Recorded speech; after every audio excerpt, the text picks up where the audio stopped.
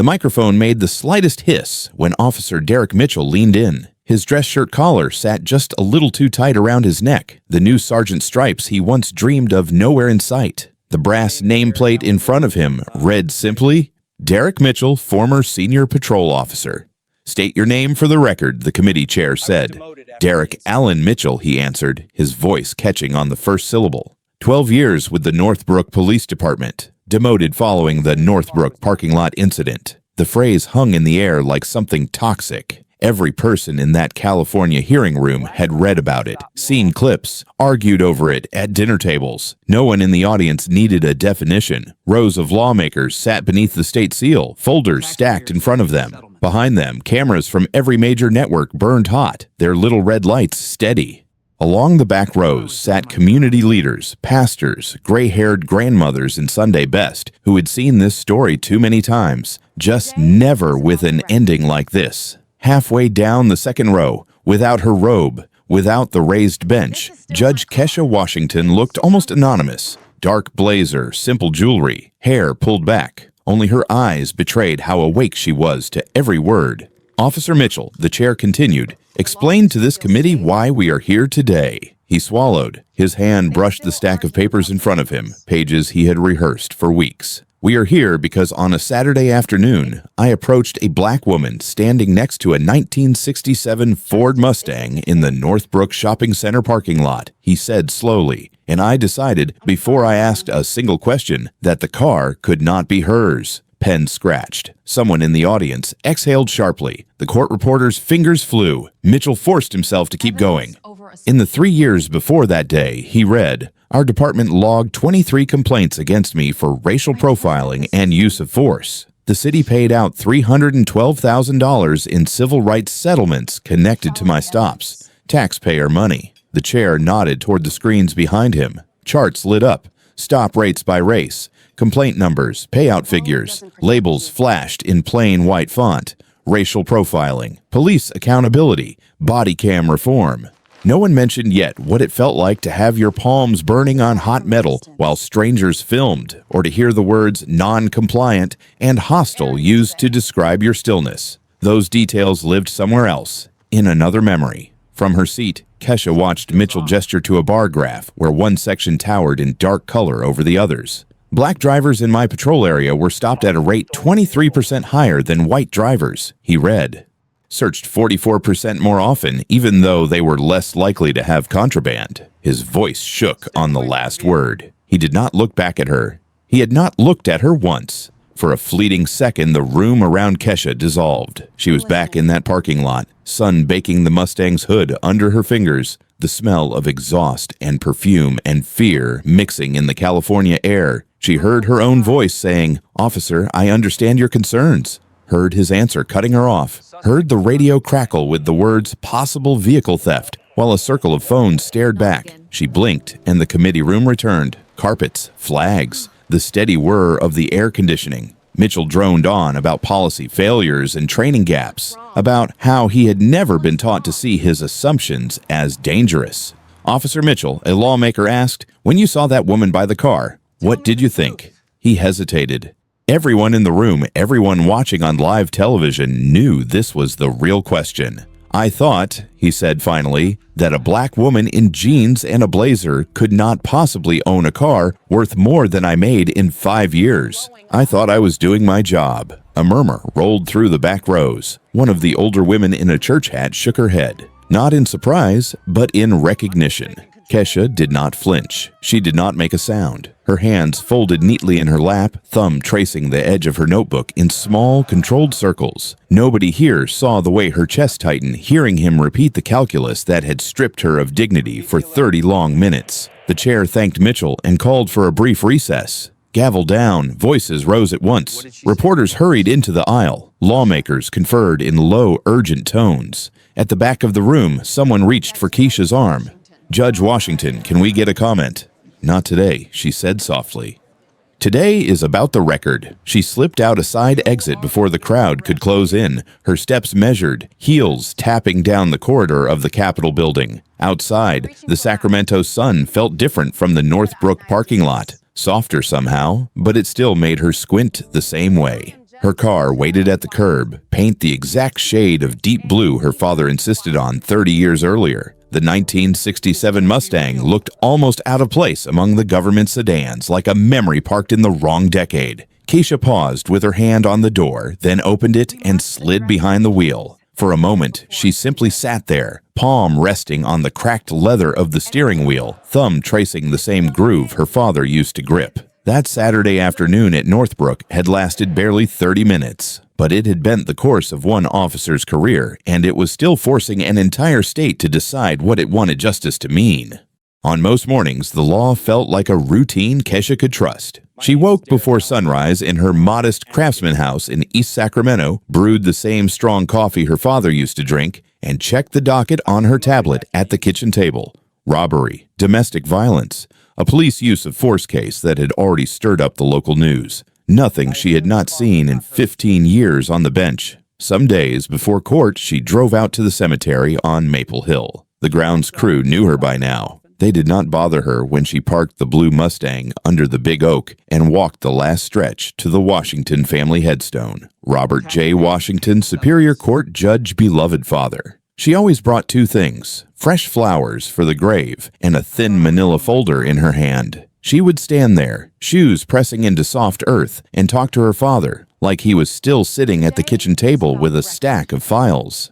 "They are still arguing about body cameras, Daddy," she would say, still pretending data is optional. Sometimes she opened the folder and read a few lines from whatever opinion she was drafting that week. The language was dense and formal, but she knew he would have understood every word. "You would like this one. I stole your phrase about justice not being a favor white institution's grant to black citizens." On other mornings, when time was tighter, she stopped by her mother's small apartment instead. The television was always on, tuned to a news channel with the volume slightly too high. Mrs. Washington would be in her favorite chair, knitting, with a blanket over her knees no matter the season. "You working too much, baby," her mother would say as soon as Kesha walked in.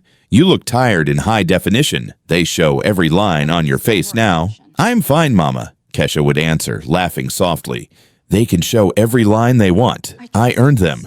In court, where the cameras really mattered, Kesha was a different kind of stillness. Her courtroom was simple but unmistakably hers. A framed black and white photo of Thurgood Marshall hung on the wall. The state flag and the American flag flanked the bench. The nameplate read HON.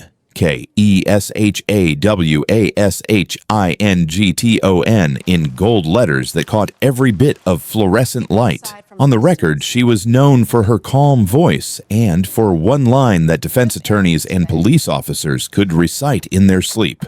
Evidence over assumption always. She said it when a prosecutor tried to tell her what a defendant must have been thinking during an arrest. She said it when an officer described a vague, furtive movement to justify a search. She said it when community members complained that she was too hard on police or not hard enough. It was more than a line. It was the center of how she had survived in a system that had not been built with her in mind. In her quiet moments, when the courtroom was empty and the clerk had gone home, Kesha would sit alone on the bench and look out over the rows of wooden pews. She would run a finger along the worn edge where defendants gripped the rail while verdicts were read. She believed deeply that if she respected the law, if she worked inside it with integrity, it would hold her weight when the world did not. "The system is flawed," she often told herself, "but the Constitution is still a floor you can stand on. I know the rules. I helped write some of them. The law will protect people who do it right." That belief was not naive in her mind. It was earned. Her father had been the first black judge in their county. He had received hate mail the day his appointment was announced, had been pulled over more times in his robe than out of it, had his impartiality questioned every time a black defendant stood before him. She had watched him walk through it all without bending. "You're not safe because they like you," he told her once when she was a teenager and he was polishing his shoes at the dining room table. "You are safe because you know the law better than they do, and you use it. You hear me, Kesha?" Now at 45, with a seat on the Superior Court and her own name whispered with respect in legal circles, she believed she had climbed out of the most dangerous part of that valley. Her cases were cited in law reviews. Her opinions were taught in criminal procedure classes. When she walked the courthouse halls in her robe, Deputies and attorneys stepped aside with a nod. Whatever else America was still arguing about, she told herself, at least inside these walls, she was not the one at the mercy of someone else's snap judgment. It was that certainty that followed her into a corner restaurant 2 blocks from the courthouse for lunch with Chief Justice Margaret Thompson. Margaret had the kind of presence that made rooms straighten up. White, in her early 60s with silver hair cut in a clean bob and a voice that could go from grandmotherly to steely in 3 words, she had mentored Kesha since her appointment. They sat by the window, salad plates between them, case folders stacked at their elbows. The emergency conference this weekend is going to be ugly, Margaret said, spearing a tomato. The police unions are already calling my office nonstop. They will survive, Kesha replied. They always do. The question is whether the people they stop on the streets survive their encounters. Margaret smiled, a tired little curve of her mouth. And that is why your vote matters, Kesha. You know this from both sides of the bench. As a prosecutor once, and now as a judge. Kesha took a sip of iced tea, letting the ice clink against the glass. You and I both know the accountability package will be a split, she said. Half the court will call it an overreach. Half will say it does not go far enough. I will do what I always do, read the evidence and follow it. Margaret set her fork down and studied her across the table. Do me a favor, she said. Remember something. On the way home, you are still just a black woman on the road to half the cops out there. Your robe does not ride in the passenger seat. For a second, the comment landed heavy between them. Kesha felt a flicker of annoyance. She tamped down quickly. Margaret, I know that, she said, forcing a lightness into her tone. I am not walking around in a fairy tale. I grew up watching my father get pulled over in his own neighborhood. I am not questioning your awareness, Margaret replied. I am questioning your faith that the system will recognize you when it matters most. That is different. Kesha glanced out of the window. A patrol car rolled slowly through the intersection, lights off, just another piece of city background. Things are not perfect, she said, but they are not where they were when my father was on the bench. We have data now. We have body cameras, oversight, consent decrees. There are guardrails. Margaret looked at her for a long beat, then nodded as if filing the moment away. I hope you are right, she said. I really do. That night, after court, Kesha opened the garage and flicked on the bare bulb. The Mustang waited there under a canvas cover, the same way it had since her father died. She pulled the cover back slowly, revealing the deep blue paint they had chosen together. As a girl, she had handed him wrenches and wiped grease from his brow while they worked under the hood. The car had outlasted his first marriage, 3 different district attorneys, 2 governors, and a generation of whispered jokes about a black judge driving something that nice. When she ran her hand along the fender, she could almost hear his voice.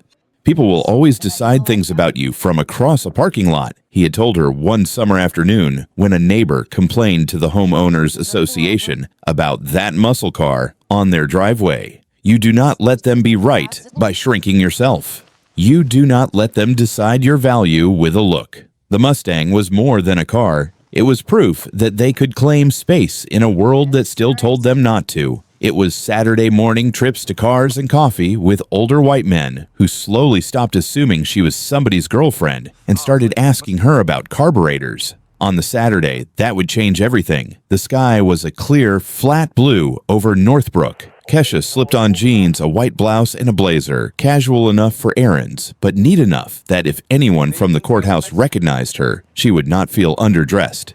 She had promised to pick up a gift for her mother's birthday, something nice from one of the department stores at the Northbrook shopping center. Her inbox buzzed while she was brushing her teeth. A new email from the Judicial Council. Subject line, Emergency Judicial Conference, Police Accountability Package. She skimmed the message. A last-minute session that afternoon. New data on racial disparities in traffic stops. A pending civil rights lawsuit against several officers, including one named Derek Mitchell, had raised questions about departmental patterns. Kesha frowned lightly at the name. It tickled a memory. She had seen it before, on a complaint, a motion, a transcript. She made a mental note to pull the files when she got back.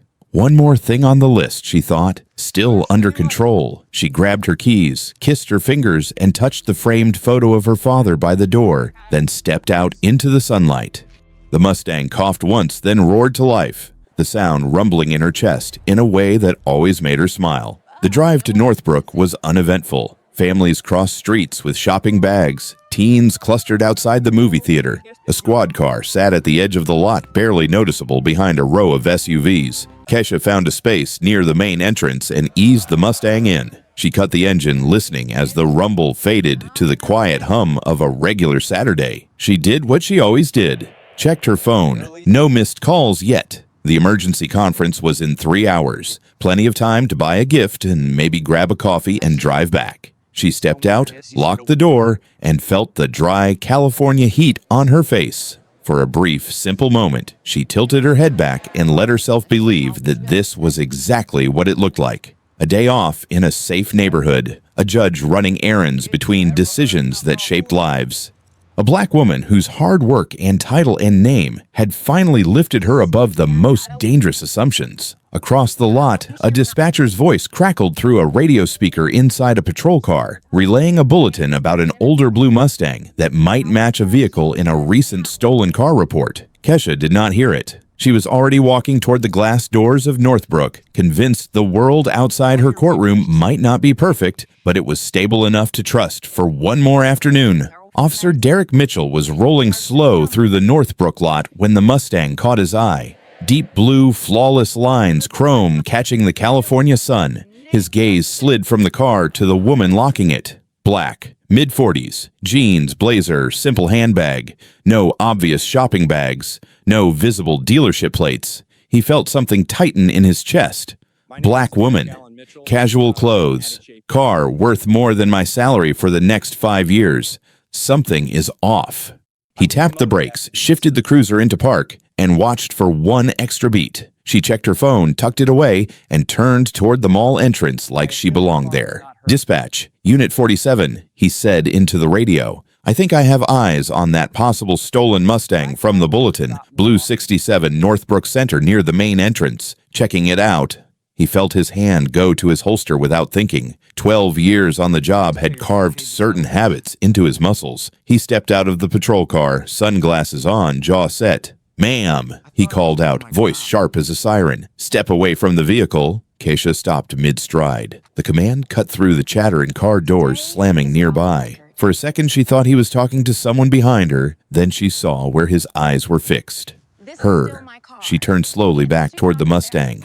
"I know you did not buy this car," he added, closing the distance. "Step away from it. Now." There it was. Not a question. A conclusion. A part of her, the part that had sentenced men for jumping to conclusions, wanted to laugh in disbelief. Another part, older and more tired, understood exactly what was happening before he finished the sentence. In the space of a heartbeat, she saw her options unfold. She could reach into her blazer, pull out her judicial ID, and end this before it began. She could say, in the voice that made courtrooms go quiet, "Officer, you are speaking to a superior court judge." She could tap Margaret Thompson's number, or even Commissioner Marcus Hayes, and have a supervisor in this lot in 10 minutes. And she could watch every person with a phone replay that clip for weeks. A black judge flashing her title to get out of a stop. Proof, in some viewers' minds, that the system took care of its own, and no one else. "Kesha," her father's voice said in her memory. "Power is what you use last, not first." She swallowed hard. "Okay," she said, keeping her voice as even as she could. "Officer, I am going to do exactly what you ask." "Step back and place your hands on the hood," he ordered, already scanning her up and down. "Feet where I can see them." The metal was hot under her palms. Heat seeped into the soft skin of her hands, up her arms, into her chest. Cars in the next row kept pulling in, doors slamming, conversations slowing as people realized something was happening. Her phone pressed against her hip in her pocket. Her judicial ID sat in the leather portfolio on the passenger seat, not 10 feet away behind glass. The danger was not abstract to her. She had read too many transcripts, watched too many body cam videos, to dismiss what could happen when fear and power shared a few square feet of asphalt. A flinch misread, a reflexive move to swat away sweat, a reach for a buzzing phone seen as a grab for a weapon. One wrong movement, and 15 years of careful work. Every opinion she had written could be reduced to one shaky video and a headline. Black judge resists arrest in mall lot. She tasted metal at the back of her throat. Anger or fear, she could not tell. Hands stay right there, Mitchell said, pacing around the car. This vehicle matches a stolen car report. How did you come to be in possession of it? She could feel eyes on her now. Someone had stopped just beyond her peripheral vision. A teenager murmured something about going live. Her shoulders prickled. My name is Kesha Washington, she said, choosing each word like a piece of evidence. I am the registered owner of this vehicle. I can explain if you let me speak. Not interested in stories, he snapped. I am interested in proof. Dispatch, Unit 47 on scene with possible stolen vehicle and one suspect. Send backup. Crowd is starting to gather.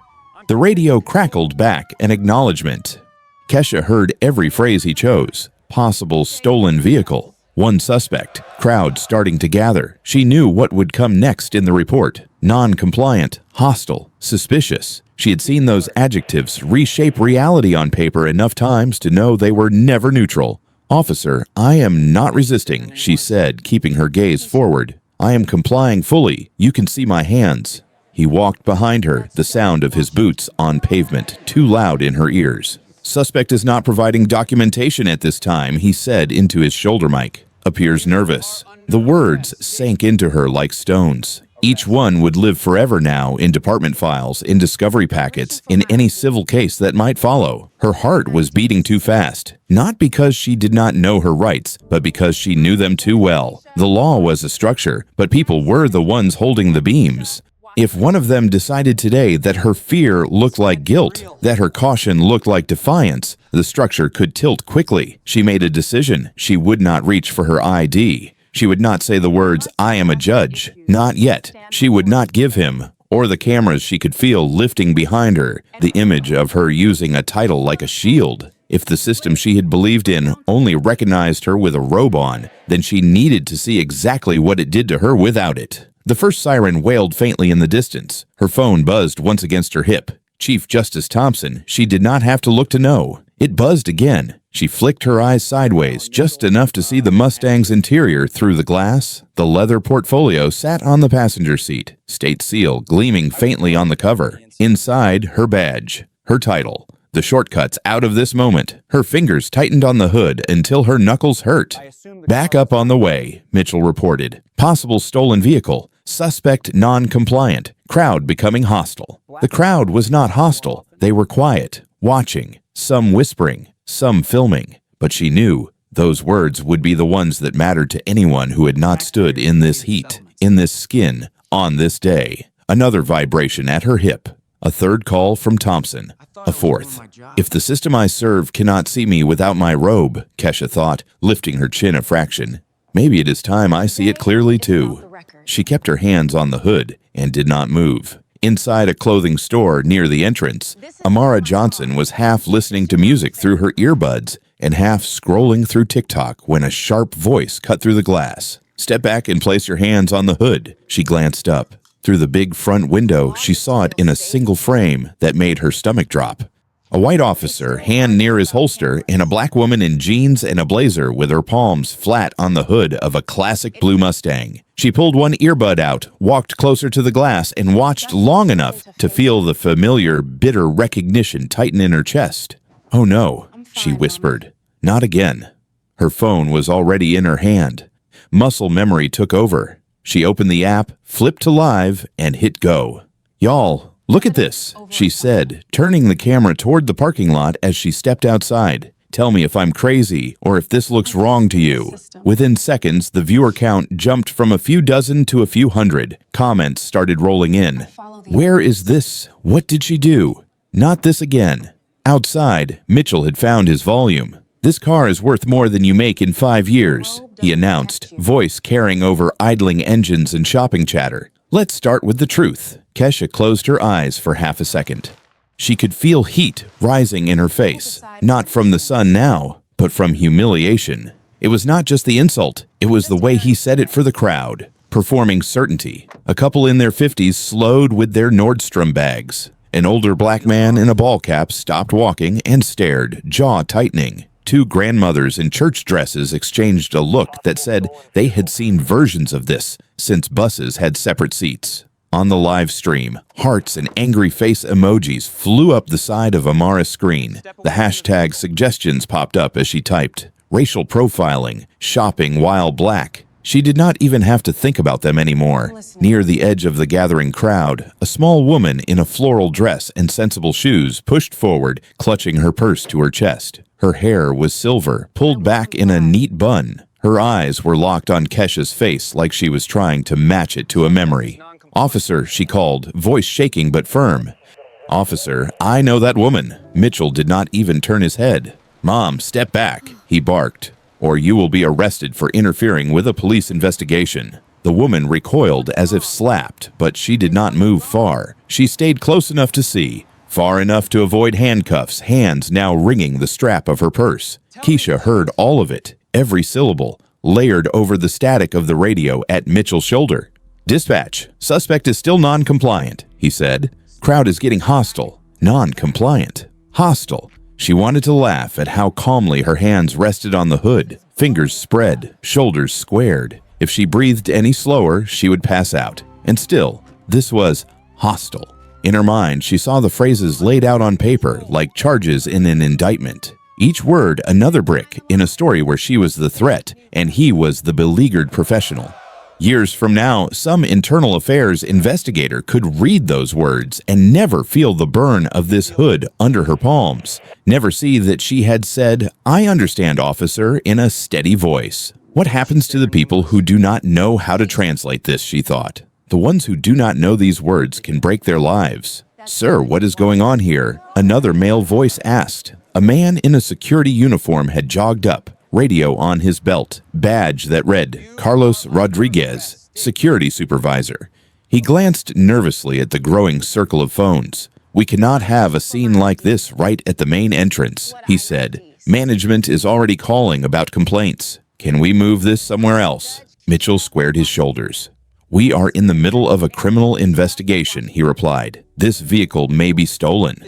I need you to keep shoppers moving and stay out of my way." Carlos hesitated, eyes flicking from Keisha's hands on the hood to the lenses pointed at him. Justice was not in his job description. Loss prevention was. So he did what he knew. "Folks, keep it moving, please," he called out, raising his hands in a vague, hurting gesture.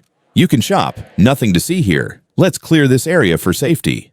Almost no one moved. Across town, in a news van already cruising for weekend stories, a producer shoved a phone toward her reporter. "Jen, this is blowing up on TikTok," she said. "Northbrook parking lot. Some kind of stop. Comments are saying racial profiling. Maybe a judge involved. We can be there in 10. By the time Jennifer Martinez of Channel 7 stepped out of the van, Amaris Live had gone from a few thousand to over 10,000 viewers. The comments were flooding too fast to read. Jennifer scanned the scene with the trained eye of someone who had covered protests, shootings, and school board meetings. A black woman on a hot hood, a white officer whose voice was already too loud, a crowd that vibrated with restrained anger.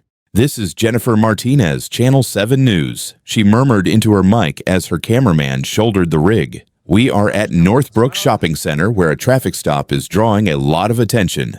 On the hood of the Mustang, Kesha could feel the circle tightening. She could hear the whisper of old women behind her. "Lord, not again. She looks like somebody. I know that face." She did not turn to see them. Turning would be a movement. Movements were dangerous. Her phone buzzed again at her hip. Margaret. The conference. The vote.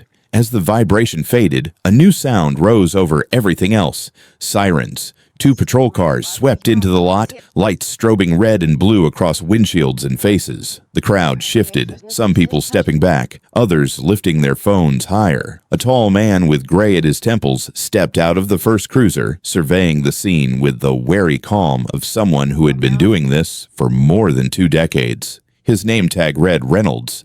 From the second car, a younger Latina officer climbed out, Janet Torres on her chest, body camera already blinking red. "Sergeant Reynolds, Northbrook unit on scene." The sergeant said into his radio, "We have 1 detained, crowd present, beginning crowd control." Torres moved quickly, hands out, voice projecting. "All right, folks, we need you to back up and give us some space," she said. "You can film, but you need to stay behind the line of cars. Do not block the lanes." It sounded reasonable, almost rehearsed. Professional. For the cameras, Kesha thought. Policy language layered over the same old picture. As the crowd shuffled into a rough semicircle, Kesha let her eyes skim their edges. No familiar suits from the courthouse. No public defenders in wrinkled shirts. No prosecutors with their badges on lanyards. Every person who might have recognized her was seated around a conference table downtown, staring at an empty chair waiting for her vote. For the first time in many years, surrounded by strangers and lenses and uniforms, she felt something she had not expected to feel again. Alone. The sirens died down to a distant burble as the 2 extra patrol cars took their positions, blocking off the lane that ran in front of the Mustang. For a moment, it almost looked like a training exercise, the way officers moved with practiced efficiency, the way Sergeant Reynolds surveyed the scene with his hands on his belt. Then his radio crackled. "Central to all units, be advised," dispatch said. "Courthouse security reports Judge Kesha Washington is missing from emergency judicial session. African-American female, 45, jeans and dark blazer. Last seen driving a blue 1967 Ford Mustang, plate JRW 1967. The words hung in the hot air like someone had opened a different door entirely. Reynolds turned his head toward the Mustang, slow, like his neck was suddenly stiff. The plate gleamed in the sunlight, front and center. JRW 1967. His gaze moved up to the woman with her hands on the hood. Sweat had darkened the collar of her white blouse, but her spine was still straight. Kesha Washington. It hit him like a memory snapping into focus. Her voice in his ears from a dozen hearings. The way she had grilled him on a use of force report 3 years ago. Calm, but relentless. The way she had said, "Sergeant, that is not what the body cam shows." He blinked hard. "Mitchell," he said quietly. "What did she say her name was?" Mitchell did not look at him. His jaw was locked so tight, a vein stood out at his temple. "She is stalling," he said. "She has given a last name. Anyone can claim to be anybody.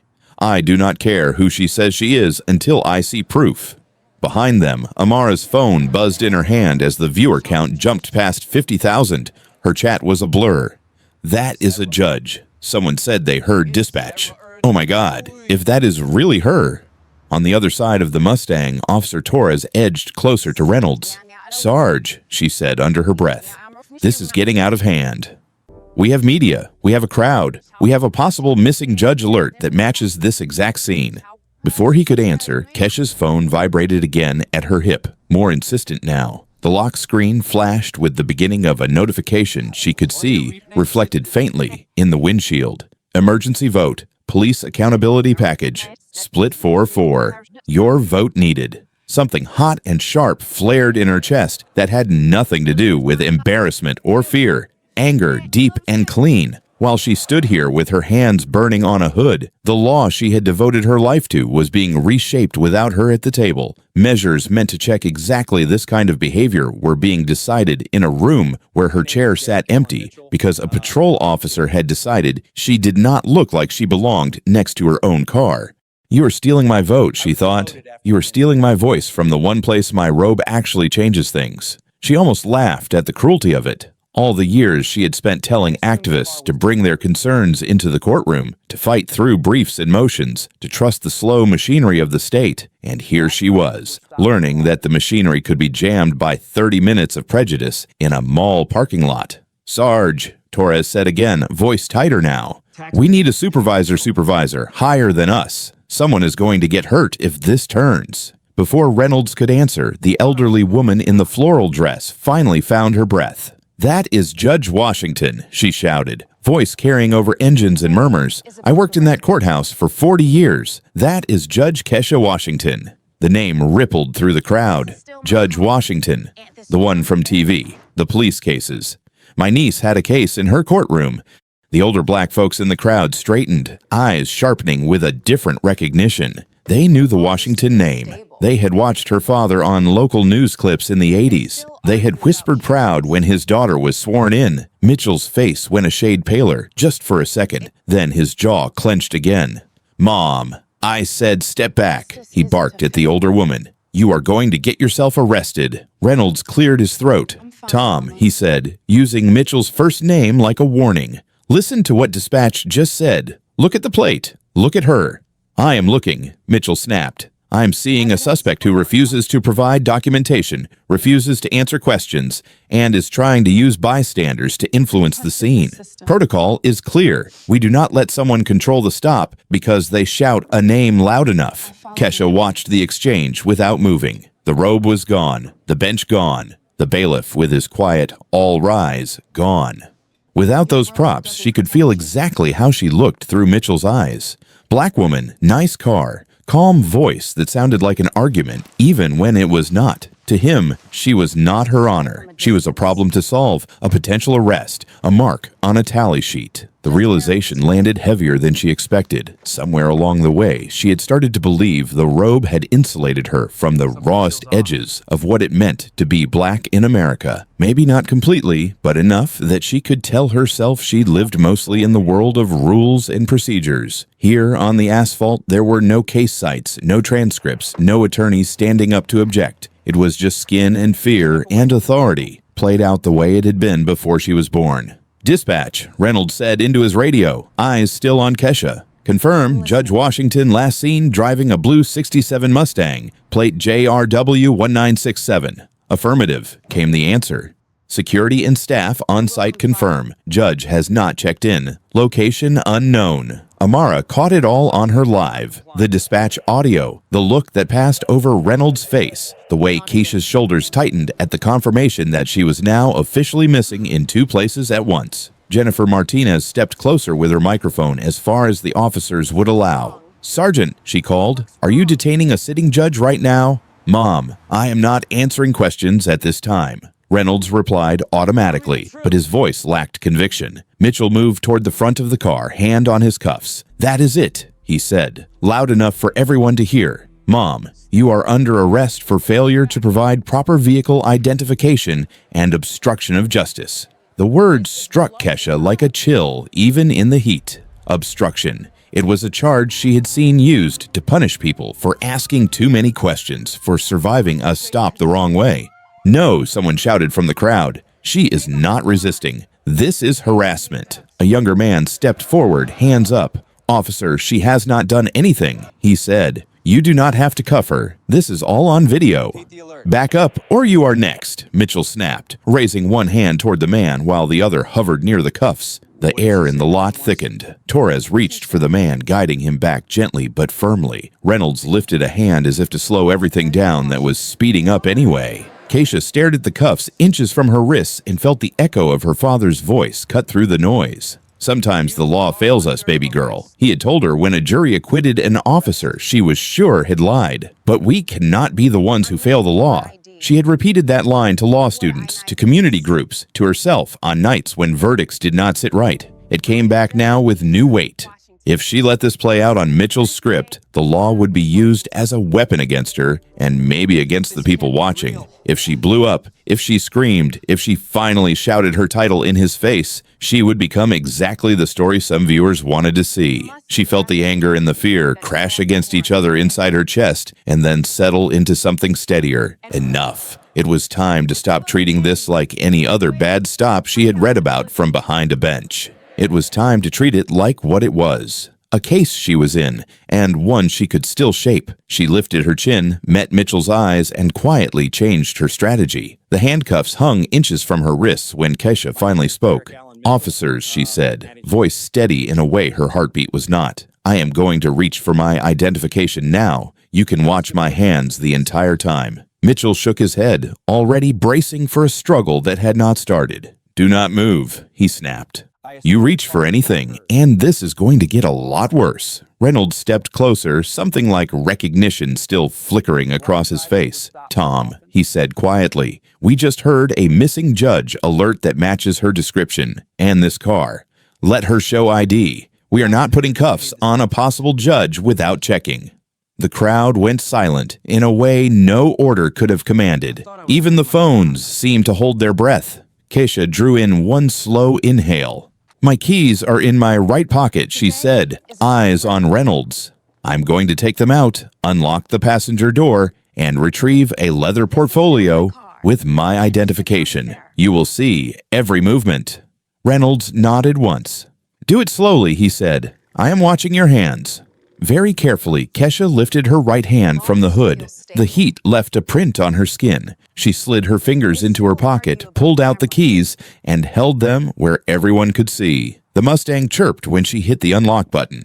She walked the few steps to the passenger side, every muscle in her back tight with the awareness of weapons and cameras pointed in her direction. She opened the door, reached in, and picked up the worn leather portfolio that had ridden shotgun through a decade of court terms. Standing beside the open door, she flipped it open with fingers that did not quite want to stop shaking. The judicial ID caught the sunlight first. The seal of the Superior Court flashed gold. Her picture, her name, her title stared back at her in stark black print. She turned and held it up at chest level. "My name is Judge Kesha Washington," she said, her voice carrying to the far edge of the lot. "Superior Court of California, Criminal Division." The reaction was instant. On Amara's screen, the comments exploded. "Oh my God, she is a judge. He really did that to a judge. This cop is finished out loud."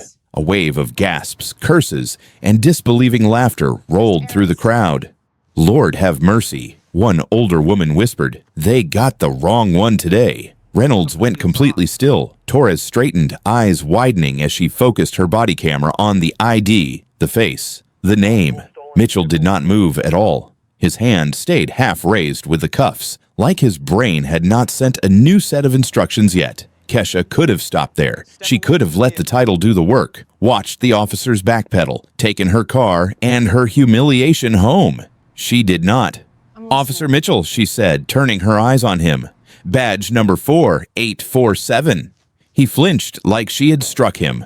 "In the past 3 years," she continued, "your department has logged 23 complaints against you for excessive force and racial profiling. The city has paid $312,000 in civil rights settlements connected to your stops." Jennifer Martin's camera moved in closer. The microphone almost trembled in her hand. "Your precinct," Kesha went on, "stops black drivers at a rate 23% higher than the county average, searches them 44% more often, finds contraband less often than when you stop white drivers." Mitchell found his voice, but it came out thin. "How do you know any of that?" he said. "You have no right to my personnel file." Kesha did not blink. "I chair the Judicial Committee on Police Accountability," she said. "I review your department's data every quarter. I read the names. I read the numbers. I read yours." A low sound rippled through the crowd, a collective "oh" that was part shock, part dark satisfaction. "And the emergency conference I am missing right now," she added, holding up her still buzzing phone, "was called in part to vote on a federal civil rights lawsuit. Angela Rodriguez versus City of Northbrook and Officer Derek Mitchell." Amara nearly dropped her phone. The name on the caption she had been reading earlier slammed into place. "That is his case," someone said behind her. "She was supposed to vote on him while he was out here doing it again." Mitchell's face drained of color. He looked suddenly smaller inside the uniform. "You are going to vote on my case," he said, eyes wide. "This is a conflict. This is some kind of setup. This is what accountability looks like when it finally catches up," Kesha replied. "There is no conflict in me seeing with my own eyes what I have spent years reading about in reports with your name on them." For a heartbeat, everything else dropped away for her. The cameras, the crowd, the incoming calls, all faded. What remained was a strange double vision. On one side, the world she knew so well. Spreadsheets, charts, anonymized cases of misconduct labeled Officer A and Complainant B. On the other, this parking lot, this heat, the metallic taste of fear in her mouth as she heard the words non-compliant and hostile used to describe her own stillness. She saw herself as the woman in the file for the first time. Not the judge weighing credibility, but the black driver with an expensive car and a nervous system on fire. All those years, she had built her opinions on data and doctrine, telling herself that if the numbers were corrected, the harm would be corrected with them. Standing here, she understood what none of the charts could capture. The real damage was not only in arrests and payouts. It lived in the moment a person realized a stranger had reduced them to a suspicion before they spoke. It lived in the 30 minutes that could rewrite a life. She looked directly into Torres' body camera then, knowing the lens would carry her words far beyond this strip of asphalt. "This is not going to end with an apology," she said, each word clean and hard. It will end with accountability, not just for one officer, but for a system that taught him to see me as a suspect first and a person second. The sirens that announced him were softer than the ones already there. Commissioner Marcus Hayes stepped out of an unmarked SUV, his suit jacket open, badge clipped at his belt. For a split second, his eyes went to his mother in the crowd, Mrs. Hayes standing with her back straight and her chin high. Then he took in the scene, the judge, the handcuffs, the cameras. "Judge Washington," he said, stopping a few feet from her, "on behalf of this department, I am sorry." "Commissioner," Kesha replied, voice tired but clear, "sorry is where this starts, not where it ends." She drew a breath, feeling the weight of 1,000 watching eyes. "Officer Mitchell has 3 choices," she said. "You, as his commander, will honor whichever he makes." She held up a hand, counting each option on her fingers. 1. He is suspended immediately and referred for federal investigation under 42 U.S.C. Section 1983. He risks charges and his pension. 2. He accepts voluntary demotion, completes 200 hours of bias training, and becomes a living case study. He testifies before the legislature about exactly what he did wrong. 3. He retires today with his benefits and never works in law enforcement or security again. She looked at Mitchell. "You have 60 seconds, she said. "This is for you, your department, and everyone watching." For the first time all afternoon, he really looked around at the crowd that would never forget his face, at his own hand still gripping the cuffs like a relic from another life, at his mother, who he imagined sitting at home watching this unfold on television. "I choose option 2, he said finally, voice cracking. "I will take the demotion. I will do the training. I will testify." A murmur swept the lot. Kesha nodded once. "This will not erase what happened," she told him, "but it can turn your mistake into a warning for thousands of officers who have not made it yet." The price settled on everyone at once. Mitchell lost the armor of being the tough cop and stepped into the harsh light of being the officer who admitted he was wrong. Kesha felt the invisible shift of her own life, understood she would now be the woman every interview requested when they wanted to talk about reform. Hayes knew that from this day forward, his department would live in spreadsheets and public reports instead of behind closed doors. Kesha reached into her portfolio and pulled out a few stapled pages covered in tight handwriting and case citations. "This is a memorandum of understanding," she said. "Mandatory body cameras on all traffic stops. Quarterly bias training, public data reports, a civilian oversight board with real power." She handed 1 copy to Hayes, 1 to Torres, and without ceremony, 1 to Jennifer Martinez for the cameras. "Sign it," she said softly. "Today." Hayes read fast, then clicked his pen and signed. Mitchell watched his future take shape in ink.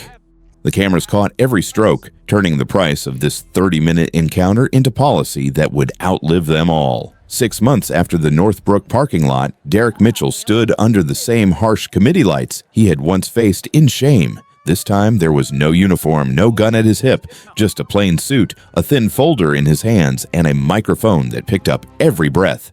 "State your name for the record," the chair said. "My name is Derek Allen Mitchell," he answered. "Former senior patrol officer, Northbrook Police Department." He looked down at the prepared remarks, then back up at the lawmakers, at the cameras, at the rows of community members who had traveled hours to be there. He thought of the hot hood of that Mustang, the sound of his own voice saying words he could not take back. "I saw a black woman with an expensive car and assumed criminality," he said. The sentence landed like a stone dropped into deep water. Ripples moved through the hearing room. The court reporter typed it out. A staffer in the back circled it in red on a printout for the training division. Months later, that line would appear in PowerPoint slides across the state. Recruits in stiff new uniforms would watch Amara Johnson's footage of the stop, then see Derek on the screen, repeating the sentence. In academies from San Diego to Eureka, instructors would pause the video and ask, "Where did the mistake start?" The story did not stay inside courtrooms and training halls. Amara was no longer just a student with a phone. The Northbrook Live had led to a scholarship in journalism and an internship at a major network. She covered school board fights and housing hearings, but she kept coming back to stories where power and skin and safety collided. "Remember," she would tell her viewers in new videos, "I was just trying to buy a dress when I saw a black woman on a hood. Your camera is not just a camera, it is a witness."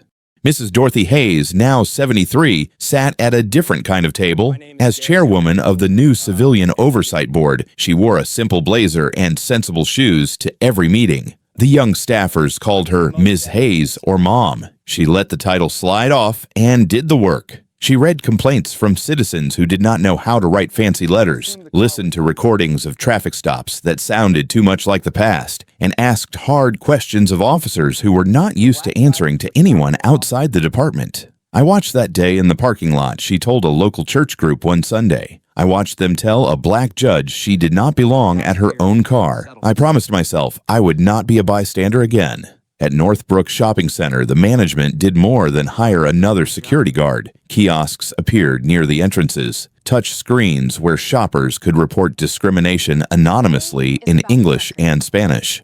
Signs went up in the food court about a new $500,000 annual fund for justice education programs in local schools. Other malls noticed. Corporate boardrooms far from that parking lot began asking their lawyers new questions. What are our policies? Who do we call when someone reports bias? How will this look when it is on the news? For Keisha, the echo took a quieter form. She launched the Robert Washington Foundation for Judicial Excellence, named for the man who had taught her to see the law as both shield and mirror. The foundation offered scholarships to black law students, mentorship programs for young public defenders and prosecutors, and workshops on a simple creed: character over color, evidence over assumption, accountability over authority. When she spoke at law schools, she did not open with her most famous opinions anymore. She opened with the parking lot. I stood on hot pavement and felt what it meant to be reduced to a threat before I said a word, she told one auditorium full of students. That experience did more to shape my understanding of justice than any seminar I ever took. The Mustang still sat in her driveway on Saturday mornings. Its paint had a new scratch now, a thin line near the front bumper she had never bothered to fix. She ran her hand over it sometimes, thinking of all the ways a life can be marked and still move forward. The first time she drove it back to Northbrook after the incident, the lot felt smaller. People recognized her now. Some nodded, some thanked her. A few whispered her name, like she was a story they had only half believed until they saw her with their own eyes. In a community room at a neighborhood church, a group of elders sat in a circle, folding programs in their laps. We have seen scenes like that all our lives, one man said, his hair white, his voice thin. The black body against the hood, the officer with the handcuffs. The difference is this one did not end with just anger. It ended with law. The others murmured in agreement. It ended with receipts. Another added. Data, new rules, people in power having to answer for once. They did not say it healed everything. It did not. People still called the board with new complaints. Body cameras still caught things that made Keisha close her eyes before she pressed play. But something had shifted. The incident that could have been another grainy clip in an endless stream of outrage had become a blueprint instead. A painful one, but real. Late one evening, long after the last case of the day had been adjourned, Keisha sat alone in her chambers. The courthouse was quiet now, the echo of footsteps gone from the marble floors outside. On the coat rack by the door, her robe hung empty, its dark fabric softened by years of use. She studied it for a long time. She remembered the first day she put it on, how heavy it had felt on her shoulders, how safe. She remembered the parking lot, the way her palms burned on the hood while her robe hung at home, useless as a costume. She finally understood that consequences did not arrive simply to punish individuals. They arrived to reveal what their systems had quietly become. On that afternoon in Northbrook, America had caught a glimpse of itself in the reflection of a blue Mustang and a black judge's steady eyes. And it had been forced, if only for a moment, to decide what to do next. If this story moved something in you, do not leave it in the parking lot. Share it. Talk about it at your table. Ask what policies look like in your town, in your stores, in your departments. And if you believe more people need to hear stories like this, stories where pain turns into change, support this channel, subscribe, and stay with us. Because every time a voice speaks up, every time a camera bears witness, every time a community refuses to look away, we get one step closer to a country where character truly matters more than color, and where justice is not just a word on a building, but a way we choose to live with one another.